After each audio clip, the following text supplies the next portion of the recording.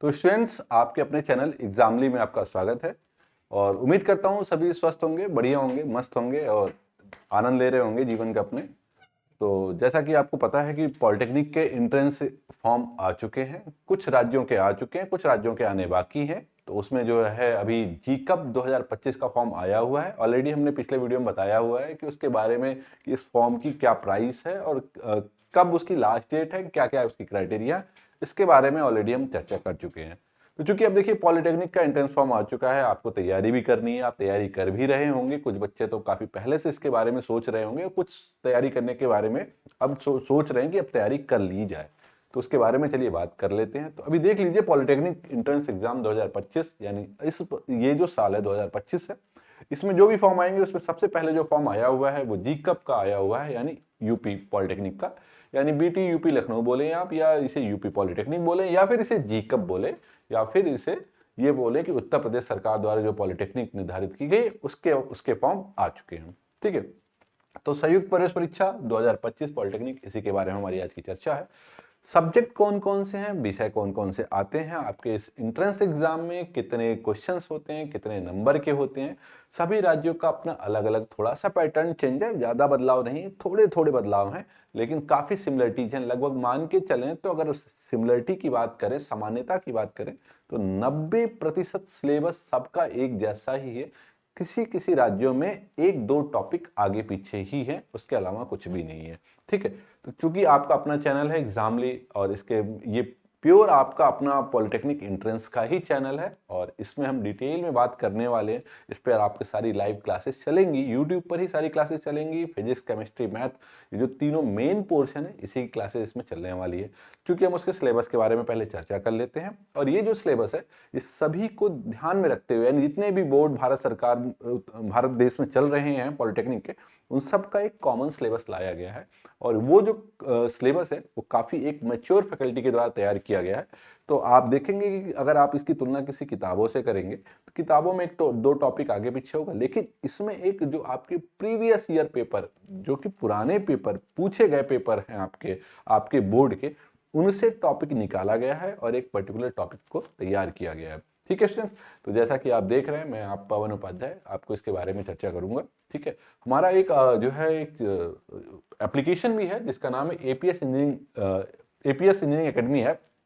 इस एप्लीकेशन को आप डाउनलोड करेंगे तो आपको हमारा इतिहास भी पता चलेगा कि हम लोग कौन है।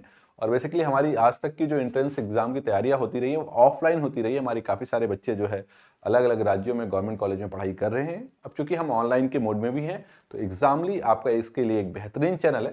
तो चलिए बात कर लेते हैं इसके। इसमें जो भी हम बातें करेंगे, जो भी पढ़ाई होगी, आपकी आपकी अपनी भाषा में भी और इंग्लिश में भी होगी, मतलब बाइलिंगुअल होगी, हिंदी इंग्लिश में भी होगी। ठीक है, तो आगे बढ़ते हैं और बात कर लेते हैं कि आपके कितने क्वेश्चंस। अभी जो आज की चर्चा है वो जीकप 2025 के लिए है। तो अब जो है हम जीकप जीकप 2025, ठीक है, हम इसके बारे में आज की चर्चा करेंगे। इसमें कितने क्वेश्चन आएंगे और एक क्वेश्चन कितने नंबर का होगा, किस किस टॉपिक से क्वेश्चंस पूछे जाते हैं, उनके बारे में हम बात करेंगे। तो सबसे पहला जो आता है वो आता है मैथ। ठीक है, मैथ जो आप पहले से पढ़ते आ रहे हैं, उसके लगभग जीकैप में 50 क्वेश्चन होंगे। उसके बाद दूसरा जो सब्जेक्ट होता है वो होता है फिजिक्स, जिसको आप जो है भौतिकी बोलते हैं। ठीक है, फिजिक्स के 25 क्वेश्चन होंगे। और तीसरा आपका होगा केमिस्ट्री। केमिस्ट्री केमिस्ट्री के 25 क्वेश्चन होंगे। मतलब ये है कि गणित के 50 क्वेश्चन, भौतिक के 25 क्वेश्चन और रसायन के 25 क्वेश्चन आएंगे। यानी ये दो अगर बात करें तो साइंस के टोटल 50 क्वेश्चन होंगे और मैथ के टोटल 50 क्वेश्चन होंगे। यानी क्वेश्चन की संख्या जो होगी वो 100 होगी। टोटल कितने क्वेश्चन होंगे आपके? 100 होंगे। ठीक है, तो ये बात तो क्लियर हो गई कि 100 क्वेश्चन आपको करने हैं। 100 में से 50 जो है मैथ के आएंगे, बाकी 25-25 फिजिक्स और केमिस्ट्री के आएंगे। सबसे अच्छी बात यह है कि इसमें निगेटिव मार्किंग नहीं है। इसमें निगेटिव मार्किंग नहीं है, मतलब माइनस मार्किंग नहीं है। निगेटिव मार्किंग इसमें नहीं है, तो इसका मतलब है कि आप इस पे बेधड़क सारे क्वेश्चन अटेम्प्ट कर सकते हैं। तुक्का मारना हो तुक्का भी मार सकते हैं, नहीं आ रहा है तो जो आपको उचित आंसर लग रहा है उस पर आप क्लिक कर सकते हैं और आगे बढ़ सकते हैं। तो जब आप इसे क्लिक करेंगे तो ये अच्छी बात ये रहेगी कि इसमें किसी के 0 नंबर नहीं आएंगे और बीटी यूपी लखनऊ यानी जीकेप 2025 ये कहता है इस बात को कि आपके अगर 0 नंबर नहीं है यानी आपके नंबर प्लस में है तो आप इस एग्जाम को क्वालिफाई कर चुके हैं। अब क्वालिफाई कर चुके हैं तो रैंक बनेगी, रैंक के हिसाब से आपको गवर्नमेंट कॉलेज प्रोवाइड होगा। तो ये कोई बहुत बड़ी चीज नहीं है। आपको बेसिकली आपने सबने हाई स्कूल तो पढ़ रखी है, हाई स्कूल बहुत अच्छे से पढ़ी होगी क्योंकि बोर्ड का एग्जाम आपने सबने दिया है उसमें। तो जो हाई स्कूल की किताबें हैं, चाहे वो गणित की हो या विज्ञान की हो, विज्ञान में भी रसायन विज्ञान और भौतिक के, इन्हीं किताबों को बहुत अच्छे से पढ़ाई करनी है। उसके बाद मार्केट में या बाजारों में इंट्रेंस एग्जाम के नाम पर बहुत सारी किताबें पहले से मौजूद हैं। वो दोनों भाषाओं में है, आपकी अपनी क्षेत्रीय भाषा में भी है और इंग्लिश में भी अवेलेबल है। देखिए, उन किताबों से एक फायदा आपको होने वाला है कि जो भी किताबें मार्केट में अवेलेबल हैं इंट्रेंस के नाम पर, वो आपको प्रीवियस ईयर के पेपर कुछ प्रोवाइड करा देंगे और कुछ पैटर्न बता देंगे, लेकिन वो कॉन्सेप्ट क्लियर नहीं करेंगे आपका। क्योंकि आपका कॉन्सेप्ट क्लियर होगा तो क्वेश्चन तो कैसे भी आ सकते हैं। तो कॉन्सेप्ट क्लियर होगा उसके लिए हम हैं आपके पास। और हम जो है, मेरे अलावा और भी कई टीचर हैं जो आपको अलग अलग सब्जेक्ट्स पढ़ाएंगे। फिलहाल मैं फिजिक्स के बारे में बात करूंगा आपसे कि फिजिक्स या भौतिक में कितने टॉपिक हैं और उन टॉपिक में हमें क्या क्या पढ़ाई करनी है और कौन सा टॉपिक ज्यादा नंबर का आता है या फिर किस टॉपिक से क्वेश्चन ज्यादा आते हैं, और उसी टॉपिक को आप पढ़ करके और अपने गवर्नमेंट कॉलेज को पा सकते हैं। देखिए, सभी बच्चों का एक उद्देश्य होता है कि हम गवर्नमेंट कॉलेज से ही पढ़ाई करें। कारण क्या है, क्यों प्राइवेट में नहीं जाना चाहते? एक ही कारण है कि गवर्नमेंट कॉलेज में क्या है कि सुविधाएं थोड़ी ज्यादा हैं, क्योंकि सरकार की तरफ से फंड आता है। और जब सरकार का फंड आता है तो मशीनरी और लैब बहुत अच्छी होती हैं, और उसमें कंपनियां जो होती हैं, जो बड़ी बड़ी कंपनियां हैं जैसे टाटा मोटर, मारुति या फिर अन्य जो कंपनियां हैं इलेक्ट्रॉनिक्स या इलेक्ट्रिकल की, वो सब प्लेसमेंट के लिए गवर्नमेंट कॉलेज को पहला प्रेफरेंस देती हैं। मतलब ये हुआ कि आप अगर डिप्लोमा कर लेते हैं तो आपको आगे आने वाला जो भविष्य है वो बहुत ही उज्जवल होगा। तो चलिए अपने सब्जेक्ट में बढ़ते हैं। आज का जो हमारा सब्जेक्ट होगा वो होगा फिजिक्स यानी भौतिक। तो अब हम जो चर्चा करेंगे वो फिजिक्स के बारे में बात करेंगे। देखेंगे कि फिजिक्स में कितने टॉपिक हैं, कौन कौन से चैप्टर हैं, उन सभी चैप्टर को जो है देखेंगे और कौन सा इंपॉर्टेंट चैप्टर है उसके बारे में बात करेंगे। तो जैसे कि आपका फिजिक्स है, अच्छा ये जो सिलेबस है ये उत्तर प्रदेश, बिहार, झारखंड, हरियाणा, राजस्थान, मध्य प्रदेश, छत्तीसगढ़ और यहाँ तक कि गुजरात तक के पूरे जो सिलेबस है उसको ध्यान में रखते हुए एक कॉमन सिलेबस तैयार किया गया है। यानी अन्य राज्यों के, उत्तर प्रदेश के अलावा अन्य राज्यों के बच्चे जिनको कि पॉलिटेक्निक का एंट्रेंस एग्जाम देना है वो भी इसी सिलेबस को ही देखेंगे। इससे कहीं बाहर जाने की जरूरत नहीं है। देखिए, मैंने आपसे अभी बताया है कि आपको ज्यादा पैनिक या परेशान होने की जरूरत नहीं है। आपने हाई स्कूल पास की है, उसी से ये सिलेबस बनाया गया है। आपके पास कोई बुक नहीं है तो अपनी हाई स्कूल की किताब उठाइए, मैथ की और फिजिक्स की, उसको दोबारा से रिवाइज कर जाइए, बस उससे ज्यादा कुछ नहीं है। आप वहां से पढ़ लेंगे, आपका कॉन्सेप्ट क्लियर होगा। और एक मार्केट में बहुत सारी किताबें हैं, अलग अलग पब्लिकेशन की हैं, उनको आप खरीद लेंगे तो क्वेश्चन का आइडिया लगता चला जाएगा। बाकी तो हम यहाँ मौजूद हैं ही कॉन्सेप्ट के लिए। जहाँ कोई टॉपिक की दिक्कत हो, नीचे हमारा नंबर दिख रहा है, आप उस पर तुरंत व्हाट्सएप करिए, कॉल करिए, मैसेज करिए, जैसे आप हमसे संपर्क करना चाहें कर सकते हैं। हाँ, और एंट्रेंस फॉर्म फिल करते वक्त कोई समस्या अगर आ रही हो किसी को भी तो इसमें घबराने की जरूरत नहीं है। आप अपने डिटेल हमें व्हाट्सएप करिए, हम आपका फॉर्म फिल कर देंगे। ठीक है, आपको कहीं किसी साइबर कैफे में परेशान होने की जरूरत नहीं है, किसी के पास जाने की जरूरत नहीं है। हमारे पास बहुत अनुभव है क्योंकि हमने जो है पिछले कई सालों से बहुत सारे बच्चों को जो है गवर्नमेंट कॉलेज में प्रवेश दिलाया है तैयारी करवा करके। चूंकि हमारे पास ऑफलाइन क्लासेस भी चलती हैं तो हमारा अलग बैच है वो। फिलहाल हम ऑनलाइन के मोड में हैं तो हम बात कर लेते हैं। जो बच्चे हमारे तक नहीं पहुंच पाते उनके लिए यहाँ पर एक सुविधा है। हमारी जो भी क्लासेस हैं वो सारी फ्री क्लासेस रहेंगी, इसका कोई चार्जेस नहीं है यूट्यूब पर। बस ये उन बच्चों के लिए है कि जो सच में तैयारी करना चाहते हैं और जो है आर्थिक रूप से कमजोर है उनके लिए है ये। ठीक है, चलिए बात कर लेते हैं। सबसे पहला चैप्टर है यूनिट एंड इट्स मेजरमेंट, इकाई और उसका माप। ठीक है, अब फिजिक्स की जब भी शुरुआत होती है वो यूनिट से ही होती है। अच्छी बात और बता दूं कि जो बच्चे डिप्लोमा के बाद पहले साल में एडमिशन लेते हैं वहां उनको भी फिजिक्स पढ़नी पड़ती है और वहां भी ये चैप्टर आपको दोबारा मिलता है। मतलब ये है कि ये जो टॉपिक या चैप्टर है वो इंट्रेंस के साथ साथ आगे जब आप फिजिक्स पढ़ने वाले हैं यानी पहले साल में फिजिक्स मिलेगी आपको, वहां भी ये चैप्टर आपको मिलेगा। यूनिट्स एंड इट्स मेजरमेंट, इकाई एवं उसका माप। ठीक है, तो इस चैप्टर में यूनिट मतलब जैसे आपने किलोग्राम पढ़ाई होगा, ठीक है, जो वजन मापने के लिए होता है, लंबाई मापने के लिए मीटर होता है, टाइम मापने के लिए सेकंड होते हैं। ऐसे ही जो इकाइयां हैं उन्हीं के बारे में बात करेंगे। और जो मेन इकाई होगा यानी एसआई यूनिट आप पढ़ के आए हुए, उसी एसआई यूनिट को आप पढ़ेंगे। ठीक है। तो एसआई यूनिट क्यों है? क्योंकि एसआई यूनिट जो है वो इंटरनेशनल लेवल पर मौजूद है। इसका मतलब है कि लंबाई हम हमेशा मीटर में नापेंगे, ये उसका एसआई यूनिट है। मतलब हम इसको जो है फुट में, गज में या फिर किलोमीटर में, लाइट ईयर में, इन सब में नहीं नापेंगे। उन्हीं के बारे में बात करेंगे। अगला आता है स्केलर एंड वेक्टर क्वांटिटी, या फिर अदिश या फिर सदिश राशि। ठीक, इनके बारे में बात करनी है। अब जैसे होता है, आप पढ़े होंगे, एक होता है डिस्टेंस, एक होता है डिस्प्लेसमेंट। एक होती है दूरी, एक होती है विस्थापन। दोनों में क्या अंतर होता है? एक होती है स्पीड, एक होती है वेलोसिटी। मतलब अगर एक की बात करें तो एक की होती है जो है गति, और एक होता है कि जो है आपकी वेग क्या होती है। तो दोनों के बारे में आप यहाँ पर बात करेंगे। ठीक है। अगला इसमें मोशन। ठीक है। अब जो गति है वो कितने प्रकार की होती है उसके बारे में देखेंगे। ठीक है। अगला है लॉज ऑफ मोशन, गति के नियम कौन कौन से हैं? अरे भाई साहब, न्यूटन ने गति के नियम दिए थे ना, 3 नियम दिए थे कि अगर जो है कोई विरामावस्था में है, कोई बॉडी जो है विरामावस्था में है तो विरामावस्था में रहेगी। या फिर दूसरा F=ma वाला जो आपका सब लोग फॉर्मूला पढ़ करके आए हो, उसी को डेराइव कर देंगे। तीसरा वो क्रिया प्रतिक्रिया का नियम, जो मतलब इसको बोलते हैं इंग्लिश में एक्शन, न्यूटन का थर्ड लॉ, जिसमें every action is equal and opposite reaction, कुछ ऐसा पढ़ा होगा आपने। उसके बारे में आप यहाँ पर बात करेंगे। वर्क, पावर एंड एनर्जी, कार्य शक्ति और इसकी ऊर्जा के बारे में बात करेंगे। ये टॉपिक थोड़ा सा अच्छा है, बड़ा है और इंपॉर्टेंट भी है। इसमें से 2 क्वेश्चन लगभग लगभग आ ही जाते हैं। ठीक है। अगला फोर्स, बल कितने प्रकार के होते हैं, बल होता क्या है, ठीक है, कितने प्रकार के होते हैं, इनकी यूनिट क्या होती है। सब जानते हैं कि ये न्यूटन इसकी यूनिट होती है। ठीक है। न्यूटन एक बहुत बड़े साइंटिस्ट रहे हैं हमारे, तो उन्होंने जो है उन्हीं के नाम पर, उनके सम्मान में इसकी यूनिट बनी हुई है, फोर्स यानी न्यूटन। ठीक है। ग्रेविटेशन, गुरुत्वाकर्षण, भाई इन्हीं न्यूटन ने ही तो इसकी खोज की थी। वही सेब जो ऊपर से गिरा, लेकिन नीचे नीचे से ऊपर नहीं गया, ऊपर से ही नीचे क्यों गिरा। ठीक है। तो इतना न्यूटन ही सोच सकते थे। हम लोग नहीं सोचते, हम लोग सोचते हैं अच्छा सेब गिरा तो वो तो गिरता ही है, उसका तो काम ही है।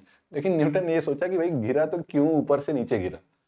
तो इतना न्यूटन ही सोच सकते हैं। तो उन्हीं सोचने की वजह से उन्होंने एक गुरुत्वाकर्षण के बारे में बात कर ली है। अगला आपका hydrostatic buoyancy and Archimedes principal. देखो भाई साहब, शुद्ध शुद्ध अगर साफ भाषा में बात करें तो ये भाई साहब जो है ये सिर्फ और सिर्फ पानी की बात कर रहे हैं। अगर हम शब्द बड़ा टेक्निकल है, बड़ा अलग सा लग रहा है कि नहीं नहीं इसमें हाइड्रोस्टैटिक है, इसमें बॉयंसी है, उत्प्लावन बल यानी बॉयंट फोर्स के बारे में पढ़ाई करनी है, आर्किमिडीज का सिद्धांत पढ़ना है, और ये सारी चीजें पानी पर बेस्ड है। यानी सीधा सीधा अगर हम बात करें तो इनके बारे में आप यहीं पर बात करें पानी में। क्योंकि क्यों? क्योंकि धरती का 3 हिस्सा समुद्र है, पानी है, और बहुत सारे पानी में अलग तरह के फोर्सेज लगते हैं। उन सब के बारे में बात करेंगे। उसी में एक होता है बॉयंट फोर्स यानी उत्प्लावन बल, आर्किमिडीज ने उसी पे एक सिद्धांत दिया था। तो ये सब सारी चीजें इस पर बेस्ड है। आजकल समुद्र की जो पनडुब्बी होती हैं वो भी कुछ इसी प्रिंसिपल पर, इसी सिद्धांत पर काम करती हैं। और इसके बारे में हम आगे आपके डिप्लोमा में भी पढ़ाएंगे। मतलब आप डिप्लोमा जब एडमिशन ले लेंगे तो फर्स्ट ईयर और सेकंड ईयर में जाने के बाद द्वितीय वर्ष यानी सेकंड ईयर में ये अपने आप एक किताब मिल जाएगी आपको, जिसको हम फ्लूइड मैकेनिक्स या हाइड्रोलिक्स बोल देते हैं। चलिए, ये तो आगे की चर्चा है। अगला है सिंपल पेंडुलम, वेव मोशन और साउंड। यहाँ एक टॉपिक है साउंड, क्योंकि क्वेश्चन थोड़ा सा साउंड से लगभग लगभग क्वेश्चन दे रहे हैं। पिछले 3-4 सालों मैंने देखा है, और ये पैटर्न जो है लगभग सभी जो है राज्यों के पेपर हैं उनमें एक पैटर्न आया है कि साउंड से क्वेश्चन अलग से दिया जा रहा है। पहले साउंड से क्वेश्चन कम थे, लेकिन अब साउंड में क्वेश्चन ज्यादा आ रहा है। इसलिए हमने क्या किया, वेव मोशन के साथ हमने साउंड को जोड़ा है। ठीक है। क्योंकि साउंड की एक प्रॉपर्टी होती है कि वो वेव मोशंस में चलते हैं, और थोड़ा सा जो है काफी सिमिलर है वेव के साथ, इसलिए इनको जो है एक साथ रखे हुए हैं। अगला आपका काइनेटिक थ्योरी ऑफ मैटर यानी पदार्थ का गतिज का सिद्धांत। अब देखो, कोई भी पदार्थ है, कोई भी वस्तु है, कोई भी ऑब्जेक्ट है, वो 2 ही अवस्था में होगी, या तो विराम अवस्था में या गति की अवस्था में। मतलब या तो रेस्ट कंडीशन में या फिर मोशन की कंडीशन में। तो दोनों रेस्ट कंडीशन और मोशन कंडीशन में हम यहाँ पर उसके मोशन की कंडीशन के बारे में बात करेंगे। क्योंकि काइनेटिक, जब भी काइनेटिक वर्ड आएगा तो आपको सीधा सीधा मालूम होना चाहिए कि हम गतिज की बात करें, और गतिज का मतलब इसमें क्या होगा, वेलोसिटी होगी। ठीक है। तो हम वेलोसिटी के बारे में बात करेंगे। ये सारी चीजें यहाँ तक आपने देखा, मतलब आपने देखा कि 10 टॉपिक हैं। अभी हमने ये आपको नहीं बताया है कि इसमें कौन सा इंपॉर्टेंट है। इसलिए कि अगर मैं आपको ये बता दूं कि इंपॉर्टेंट ये है, तो आप लोग तो स्टूडेंट हो, आप क्या करते हो, अरे सर शॉर्टकट बताओ, सीधा वहीं पढ़ेंगे बस। अरे भाई साहब, उतना ही पढ़ने से तो कल्याण नहीं होना है। ये कोई बोर्ड का एग्जाम तो नहीं है कि इसमें परसेंटेज लाने हैं। ये कंपटीशन है, इसमें लोगों से आगे निकलना। जितना नॉलेज आपके पास हो जाए आप उतने ज्यादा बेहतर हैं। तो इसमें क्या करना है, इसमें परसेंटेज नहीं लानी है। इसमें ये नहीं करना है कि नहीं नहीं ठीक है भाई, हम इतना पढ़ लेंगे और आगे बढ़ जाएंगे।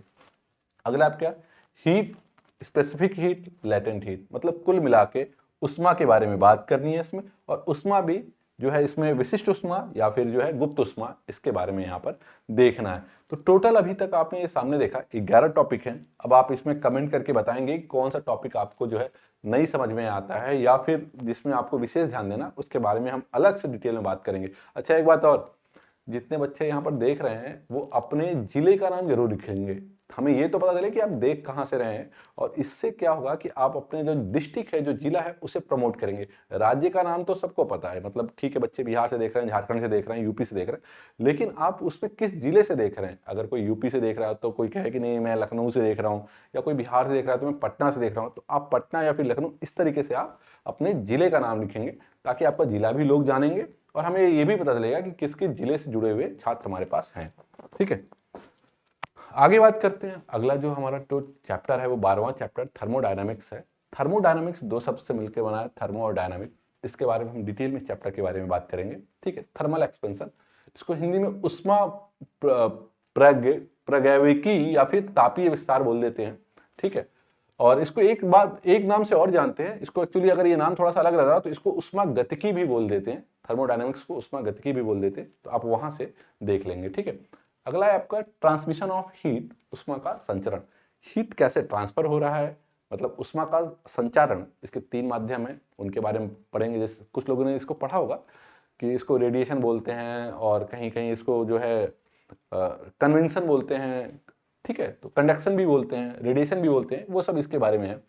नेचर ऑफ लाइट, लाइट की क्या प्रकृति है, उसके बारे में बात करेंगे। ठीक है, क्योंकि बिना लाइट के जो है हम किसी भी कलर का निर्धारण नहीं कर सकते। मतलब आपको ये पता होना चाहिए कि जो कलर आपको दिखाई दे रहा है या फिर वो सारे कलर लाइट के अंदर मौजूद हैं। मतलब क्या है कि प्रकाश जो है ना, प्रकाश के अंदर ही कलर है। अगर आपको ये विश्वास ना हो तो अपने घर की लाइट बंद कर दीजिएगा और फिर बताइएगा कि सामने वाला जो वस्तु है वो किस कलर का दिखाई दे रहा है। आप सब कहोगे सर ब्लैक कलर का दिखाई दे रहा है। इसका मतलब कलर सिर्फ किस में है, लाइट में। लाइट नहीं तो कलर नहीं, लाइट है तो सारे कलर है। ठीक है, आगे बात करते हैं। उसी लाइट का रिफ्लेक्शन और रिफ्रैक्शन, मतलब परावर्तन और अपरावर्तन, इनके बारे में देखेंगे। ऑप्टिकल इंस्ट्रूमेंट, ऑप्टिकल इंस्ट्रूमेंट मतलब जो इंस्ट्रूमेंट्स ग्लासेस के बने होते हैं या फिर लेंसेस के बने होते हैं, उनके बारे में देखेंगे यहाँ पर। जैसे कि आपका माइक्रोस्कोप, टेलीस्कोप, ये सब ऑप्टिकल इंस्ट्रूमेंट ही कहलाते हैं। उनके बारे में थोड़ा सा डिटेल पढ़ेंगे। ठीक है, mirror and lenses important topic है, अभी बता दे रहा हूं, इससे क्वेश्चन आने ही आने हैं, और कम से कम 2 क्वेश्चन तो मिल जाएंगे आपको मिरर एंड लेंसेस। और बड़ी बात यह है कि डिप्लोमा के अलावा जो अन्य कंपटीशन एग्जाम चल रहे हैं आपके राज्यों में, वहां पर भी मिरर और लेंसेस से काफी क्वेश्चन आ रहे हैं। और इस समय ये एक ट्रेंड सा बन गया है कि इससे क्वेश्चन देना ही देना है। तो टॉपिक पर हम ज्यादा फोकस भी करेंगे और आप भी जो है इस पर ज्यादा पढ़ाई करिएगा। ठीक है, अगला आपका इलेक्ट्रिक करंट, वोल्टेज और रेजिस्टेंस। अब देखिएगा, अभी तक हम जितना चैप्टर पे चर्चा कर रहे थे, इलेक्ट्रिसिटी से चैप्टर, ये पहला ही चैप्टर अभी टॉपिक आया है जो कि 18वें नंबर पर है। इलेक्ट्रिसिटी से क्वेश्चंस आता है, ओम्स लॉ पर क्वेश्चंस आते हैं। कुछ एक सर्किट बना देंगे, उसमें वोल्टेज पूछ लेंगे या करंट पूछ देंगे। ठीक है, तो जिसको जो है विभवांतर बोल देते हैं, या फिर करंट यानी धारा पूछ लेंगे, उसके बारे में देखेंगे। इलेक्ट्रोस्टैटिक, इसके बारे में देख लेंगे ये क्या होता है, क्योंकि इलेक्ट्रिक करंट का चैप्टर पढ़ाएंगे तो उसके बाद अगला टॉपिक यही आता है। उसके बाद आता है इलेक्ट्रोमैग्नेटिक इंडक्शन, यानी विद्युत चुंबकीय प्रेरण। ये भी इसी का एक पूरा डिटेल पार्ट है। आप सभी लोग 10th में बोर्ड में पढ़ चुके हैं इसे, फिर भी हम यहाँ पर डिटेल में पढ़ाएंगे। और उसके बाद मैग्नेटिक इफेक्ट, क्योंकि जहाँ इलेक्ट्रिक होता है वहाँ मैग्नेटिक इफेक्ट भी आता है। इसी मैग्नेटिक इफेक्ट के कारण आपका जो पंखा है वो घूमता है, या फिर जो जनरेटर है वो इसी प्रिंसिपल पर काम करता है, डायनेमो इसी प्रिंसिपल पर काम करता है, मैग्नेटिक इफेक्ट की वजह से। और बाकी तो मैग्नेट की वजह से नॉर्थ पोल और साउथ पोल तो है ही, आप जानते हैं। ठीक है, पृथ्वी का 2 हिस्सा है, एक नॉर्थ पोल है, एक साउथ पोल है। तो ये पूरा आपका टोटल 21 चैप्टर हुआ। अब आप कहोगे सर मैंने ये फला किताब देखी थी, उसमें 24 चैप्टर है, या उस किताब में 22 चैप्टर। देखो भाई साहब, 22 या 24 चैप्टर से लेना देना नहीं है। ये जो आपके सारे सामने चैप्टर हैं, ये सभी चैप्टर्स पूरा जो प्रीवियस ईयर का पेपर है आपके अपने राज्य का, लगभग 10-15 सालों का, उसका एक कंक्लूजन निकल करके आया है। मतलब हम यहाँ पर सिलेबस पूरा करने नहीं आए कि मुझे 24 चैप्टर पढ़ा देने हैं और आपका सिलेक्शन, नहीं नहीं, यहाँ पर हम आपको कॉन्सेप्ट देने आए। और ये वही चैप्टर है जिससे क्वेश्चन आए हुए हैं या फिर आ रहे हैं जो ट्रेंडिंग में। ठीक है स्टूडेंट, तो हम इसी के बारे में बात करेंगे। क्योंकि अब हमारा ये फिजिक्स का जो है पूरा सिलेबस क्लियर होता है, फिर भी हम आपको एक इंपॉर्टेंट चैप्टर बता देते हैं। ठीक है, अब चूंकि सारे चैप्टर हैं, क्वेश्चंस एक यूनिट से आ ही रहा है, इंपॉर्टेंट है आपके पास। दूसरा जो क्वेश्चंस है वो आपका वर्क, पावर और एनर्जी से काफी क्वेश्चंस आ रहे हैं। मोशन से भी क्वेश्चंस हैं, ऐसा नहीं कि मोशन छोड़ देंगे, मोशन से क्वेश्चंस आ रहे हैं। और मोशंस में लॉज ऑफ मोशन में F बराबर ma से भी एक दो न्यूमेरिकल पूछ देते हैं कभी कभी, कोई बहुत बड़ी चीज नहीं होती। फोर्स, ग्रेविटेशन से क्वेश्चंस हैं। अच्छा, ये जो पार्ट है ये पार्ट अलग है, क्योंकि अगर लिक्विड की बात करें, वाटर की बात करें, तो वाटर से संबंधित यही एक चैप्टर है और आजकल वाटर से क्वेश्चंस आ रहे हैं। कारण क्या है कि वाटर का क्वेश्चन फिजिक्स और केमिस्ट्री दोनों में मैच कर रहा है, तो वहां पर आपको थोड़ा सा कंफ्यूजन क्रिएट करते हैं, इसलिए ये चैप्टर पर हम अलग से विशेष ध्यान देंगे। ठीक है, सिंपल पेंडुलम है, इसमें साउंड वाला जो पार्ट है उस पर ज्यादा फोकस करेंगे, क्योंकि साउंड से क्वेश्चंस आए हुए हैं कुछ। काइनेटिक थ्योरी मतलब काइनेटिक एनर्जी के बारे में भी बात की जा रही है, जो सॉलिड है या फिर लिक्विड है या फिर गैस में अगर कोई पार्टिकल है, तो वो तीनों यानी सॉलिड, लिक्विड, गैस में अगर कोई पार्टिकल है उसकी काइनेटिक एनर्जी के बारे में डिटेल में बात करेंगे। ठीक है, हीट क्या होती है, उसमें भी लेटेंट हीट जो है आजकल, गुप्त उष्मा, ये ज्यादा चर्चा में है। मतलब चर्चा का कहने का मतलब यह है सवाल आ रहे हैं। तो कुल मिलाकर के आप कहीं जाने वाले नहीं है, आपको अपना पॉलिटेक्निक एंट्रेंस जो है उसकी तैयारी करनी है। आप YouTube पर आइए, आराम से इस पर पढ़ाई करिए, कोई चार्जेस नहीं है आपसे।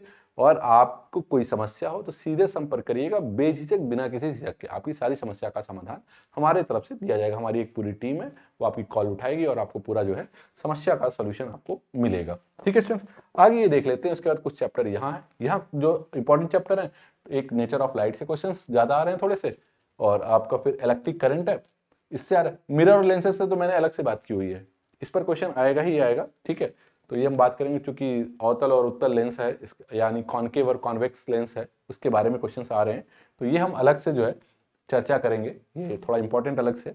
उसके बाद आपका जो है ये इलेक्ट्रिकल वाला जो पार्ट है, इसमें इलेक्ट्रोमैग्नेटिक इंडक्शन और मैग्नेटिक का, मतलब आप देखोगे मोटी मोटा, तो अगर 21 चैप्टर है तो 12-13 चैप्टर पे आपको ज्यादा फोकस करना है। अगर उस 12-13 चैप्टर पे आप फोकस कर लेते हैं तो काफी उम्मीद है कि आप फिजिक्स के लगभग लगभग 90% क्वेश्चन कर लेंगे। अच्छा, एक बात और बता दूं, अगर आपको गवर्नमेंट कॉलेज की तैयारी आप कर ही रहे हैं सभी लोग, ऐसा मत सोचिएगा कि नहीं अगर मैं पूरे 21 चैप्टर पढ़ लेता हूं तो मेरा सिलेक्शन श्योर है। आप कोई जरूरी नहीं है 21 चैप्टर, अगर आप कुल 12-15 को चैप्टर भी अच्छे से पढ़ लेते हैं, क्योंकि गवर्नमेंट कॉलेज के लिए 100 में 100 नंबर लाने जरूरी नहीं है। अगर आप 100 क्वेश्चन में से लगभग 60-70 क्वेश्चन भी सही कर लेते हैं, तो ये मेरा दावा है कि अगर 60% क्वेश्चन आपके सही हैं, तो ये मेरा दावा है कि हम आपको गवर्नमेंट कॉलेज दिलाएंगे। ठीक है, ये श्योर है। ठीक है स्टूडेंट, तो यहाँ पर हम आप फिजिक्स का जो है पूरा टॉपिक क्लियर करते हैं। अब हम अगला जो चैप्टर हमारा या जो लेक्चर होगा वो यूनिट एंड मेजरमेंट जो यानी पहला चैप्टर है, उस पर बात करेंगे। ठीक है स्टूडेंट्स।